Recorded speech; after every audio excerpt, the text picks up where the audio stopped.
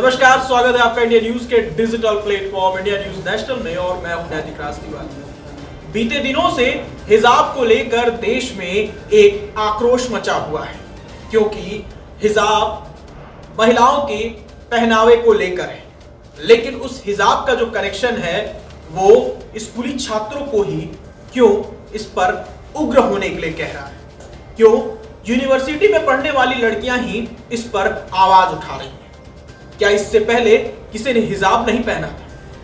क्या स्कूल और कॉलेज में पढ़ने वाली लड़कियां ही हिजाब पहनती हैं? मामला जो भी हो, लेकिन जो तुल पकड़ा है वो राजनीतिक मकड़जाल में आने से फंसा है और ये मामला अब सीधे कोर्ट तक पहुंच गया है।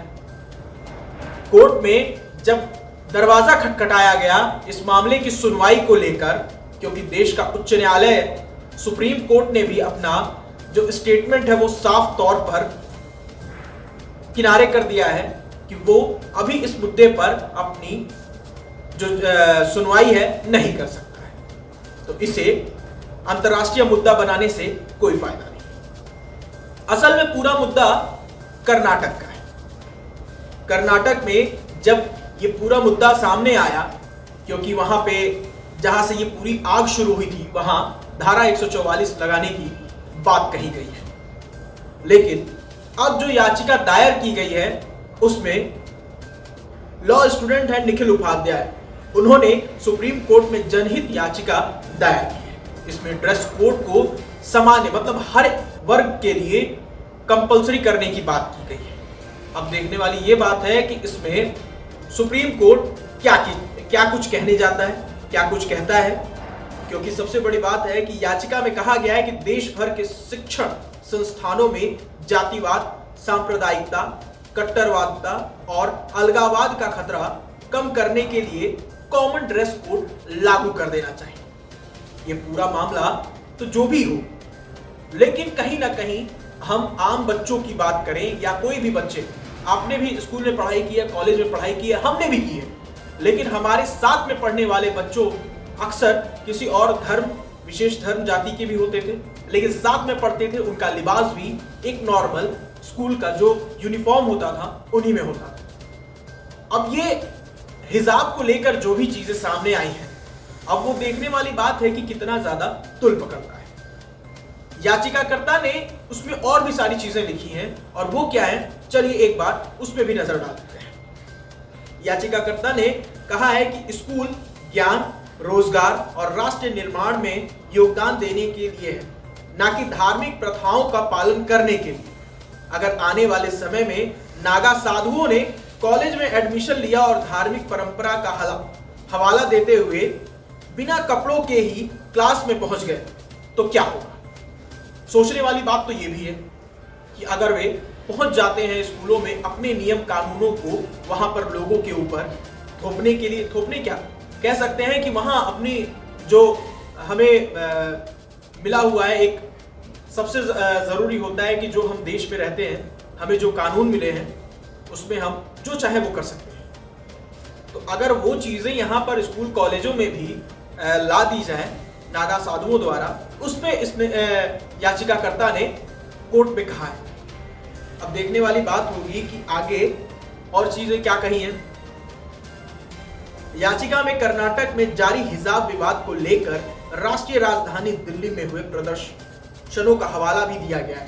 साथ ही भारत के विधि आयोग को 3 महीने के अंदर राष्ट्रीय एकता को बढ़ावा देने के लिए एक रिपोर्ट तैयार करने का भी निर्देश देने की मांग की गई है। याचिकाकर्ता ने गुहार लगाई है कि केंद्र और राज्यों को निर्देश जारी किया जाए कि शिक्षा संस्थानों में ड्रेस कोड लागू करें। जातिवाद, सांप्रदायिकता के सबसे खतरे जो बढ़ रहे हैं, कम करने के लिए ये जरूरी है। इससे छात्रों में समानता भी भावना आएगी, क्योंकि स्कूल ऐसे संस्थान है जहां किसी भी तरह का भेदभाव नहीं होना चाहिए। ये सारी बातें याचिकाकर्ता ने अपने उस स्टेटमेंट पर लिखकर कोर्ट में दिया है, जिस पे सुनवाई के लिए कहा गया है। ये वो चीजें हैं, ये वो शब्द हैं जो याचिकाकर्ता ने अपने लिखित रूप से दायर की है। अगर बात करें हिजाब और कोर्ट की लड़ाई, क्योंकि हिजाब अब कोर्ट तक पहुंच चुका है। पूरा मामला तुल तो पकड़ लिया है, लेकिन तुल पकड़ने के साथ साथ जब ये मामला आम लोगों के जीवन में हावी होने लगता है, इस पे खतरा भी और बढ़ रहा है। क्योंकि अगर हम बात करें वहीं और राज्यों की और वहीं कर्नाटक की, तो इसमें बहुत सारे समानता है। क्योंकि अगर देखा जाए तो देश में इस वक्त बहुत सारे ऐसे राज्य हैं जहां पर विधानसभा चुनाव होने, विधानसभा चुनाव के साथ साथ कुछ राजनीतिक जो पार्टियां हैं इसका गलत इस्तेमाल भी कर सकती हैं। वही बात अगर करें कि देश के अंदर तो है ही, देश के बाहर भी कुछ ऐसे हमारे पड़ोसी देश हैं जो इसको लेकर जो दरवाजा खटखटा रहे हैं, जो दूसरे धर्म विशेष को उकसाने का काम कर रहे हैं, फंडिंग कर रहे हैं, साफ तौर पर अब देखा जा सकता है। क्योंकि हमेशा कहीं ना कहीं उनका भी हाथ होता है इस पूरे फंडिंग में। और हमेशा वो देश, क्योंकि हमारा जो देश है वहां पर सभी रंग के लोग रहते हैं, सभी धर्म के लोग रहते हैं, इकट्ठा रहते हैं। यहाँ पर मतलब अगर भारत की बात करें तो कभी भी इतना ऊंच नीच को लेकर जो चीजें सामने आती हैं कि अगर आप दूसरे धर्म के हैं तो आपको दूसरे बर्तन में दिया जाएगा या आपको कहीं और बैठाया जाएगा, ये सारी चीजें आती हैं। लेकिन वहीं अगर आपको हम बता दें कि खबर एक आई थी आज सुबह मध्य प्रदेश में एक मुस्लिम राजगीर मिस्त्री थे, उन्होंने शिवलिंग की स्थापना की थी।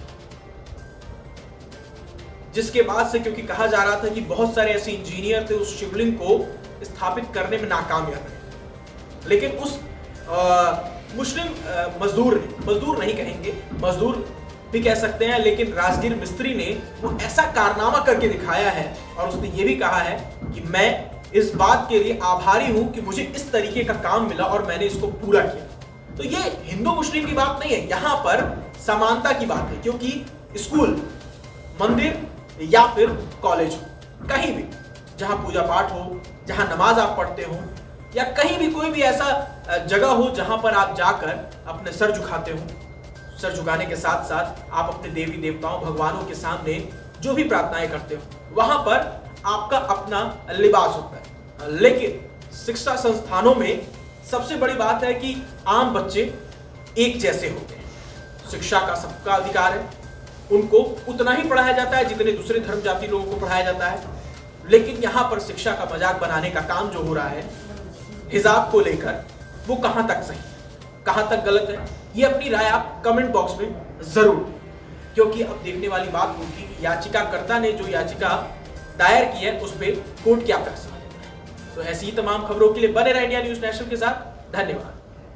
अगर आपको हमारा ये वीडियो पसंद आया हो तो वीडियो को लाइक करें और चैनल को सब्सक्राइब करें, और हाँ, बेल आइकन को दबाना ना भूलें ताकि आप तक वीडियो का नोटिफिकेशन पहुंचता रहे। देश और दुनिया की तमाम खबरों के लिए देखते रहिए इंडिया न्यूज नेशनल।